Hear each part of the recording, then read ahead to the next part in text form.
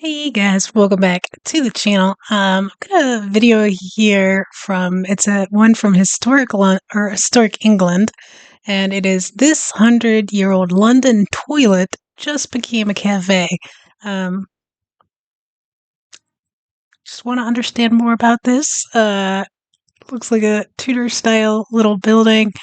It looks like it was a grade 2 listed building, so it's gotta have been around for a long time. So I just want to know the history on this. I thought it was interesting. It popped up on my homepage. I don't know why I can't say things today. But I will link this video in the description along with links to Patreon, how you can support the channel here on YouTube. But let's just go ahead and jump right into this.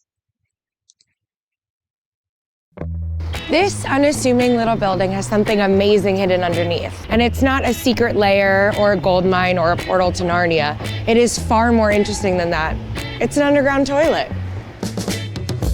Back in the 19th century, everything was a bit grimy. Not only were diseases rife, but everyone thought that the best way to get rid of your, was to chuck it out the window. Out of sight, out of mind, right? Well, It was time to take a stand. No longer were you going to empty your ones and twos onto your neighbors' heads, unless you really didn't like them. So by the late 1860s, an ingenious English gent called Joseph Bazalgette created a revolutionary sewer network, and another Englishman called Thomas Crapper, yeah, that was his name, made the flushing toilet popular. So you can flush away your crap.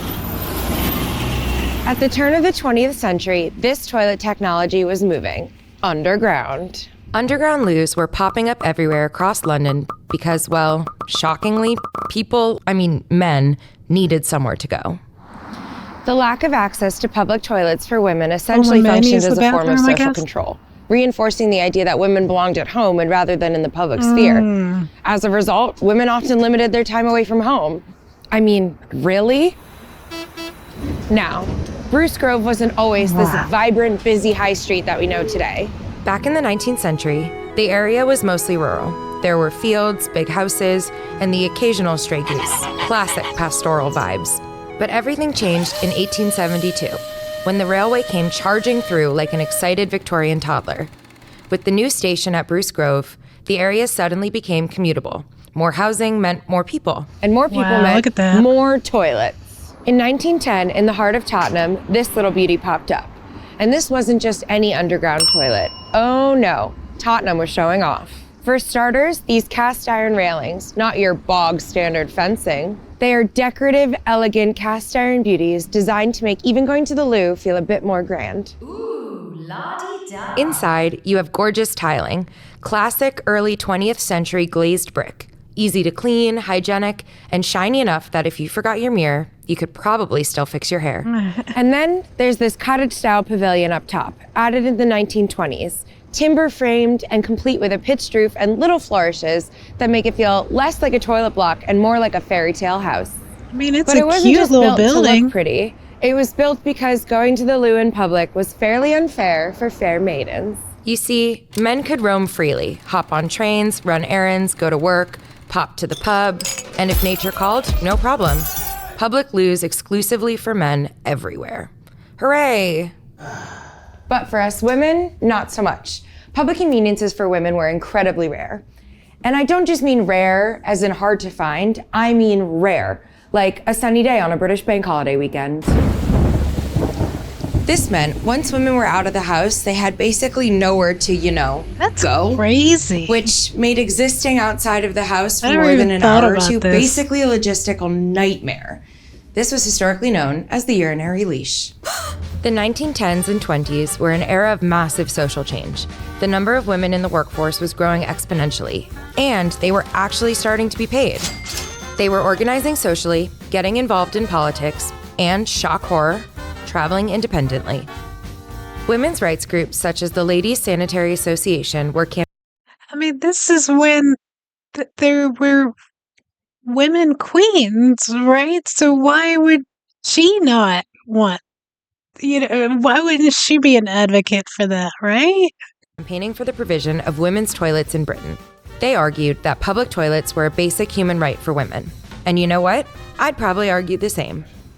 And that is where this place comes in.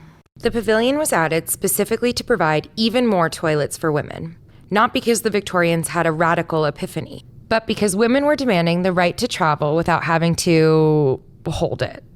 And although this may look like just another quaint little building, it was actually part of a quiet revolution, a space that supported women's freedom of movement, literally. And it symbolized meaningful change in public spaces being designed for everyone. So, this place remained relatively unchanged for the next 6 decades, until those dreaded 80s, with its need for excessive hairspray and shoulder pads, when our throne lost its sparkle.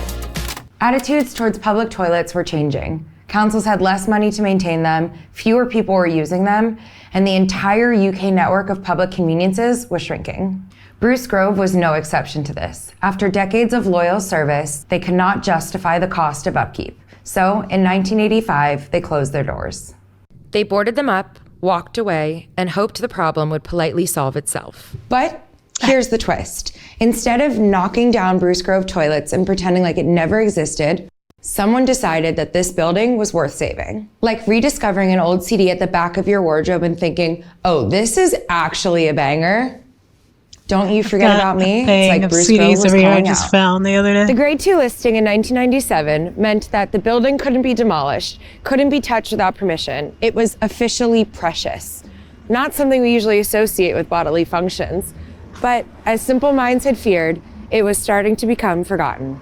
Although the listing preserves and protects the building from its demise, you still need funding for things like mending the roof, removing the damp, and stopping teenagers from breaking in and looking for ghosts. So for decades, the building just sat here, lonely and crumbling, a 20th century relic that was in desperate need of funding. Fast forward to the 2020s, Haringey Council, Historic England, and the Greater London Authority teamed up. They had funding, they had a plan, and most importantly, they had an appreciation for historic loos, which is niche, but very admirable. The vision, preserving the historic features, the railings, the tiles, this underground chamber, and bringing it back into the modern world to create a space that everyone could use. A community cafe, a bright and airy space, accessible toilets, and for women too, which, given the building's history, feels rather poetic. We really wanted to celebrate the pavilion, so we wanted to use an architecture that sort of talked to the building, but framed it, celebrated it. And for me, it's a touchstone to women's movement. Sometimes with historic buildings like these on the risk register, people think it's not viable to bring them back to life because it's so costly. The cost is the result of 40 years of no funding, no maintenance. And so it's really important to learn how to maintain, how to care for historic buildings so that they never get to the risk register. And I think Historic England is doing a great job raising awareness on how to maintain, how to look after, 100%. and how to conserve historic buildings. And in November 2025, the Bruce Grove toilets were officially removed from the Heritage at Risk Register, meaning the rescue worked. This building now has a future, and it won't involve anyone holding their nose. I'm very pleased personally that, we had this opportunity to get this place and looking after the communities. They have a coffee shop right next to Grove Station, which early morning they leave for work, they come grab the coffee, go to take the train, to go to work. This road it's a was good dead. spot. And you didn't want to pass through to this particular building. It was so bad, so vulnerable. But now it gives a very natural beauty back to this street, Preserving the Bruce Grove toilets isn't just about restoring an obscure building. It's about the identity that comes with it.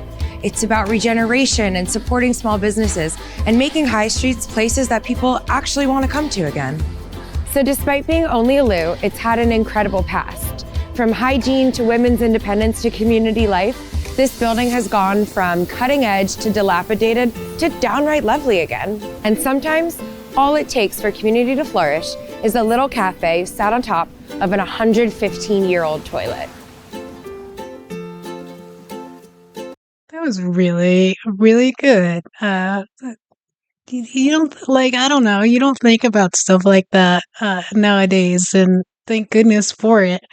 because that would have been awful to be a woman and then like just try to go shopping. God forbid you're and that's what it was is these women taking their children out to go shopping and go pick up groceries and stuff like that.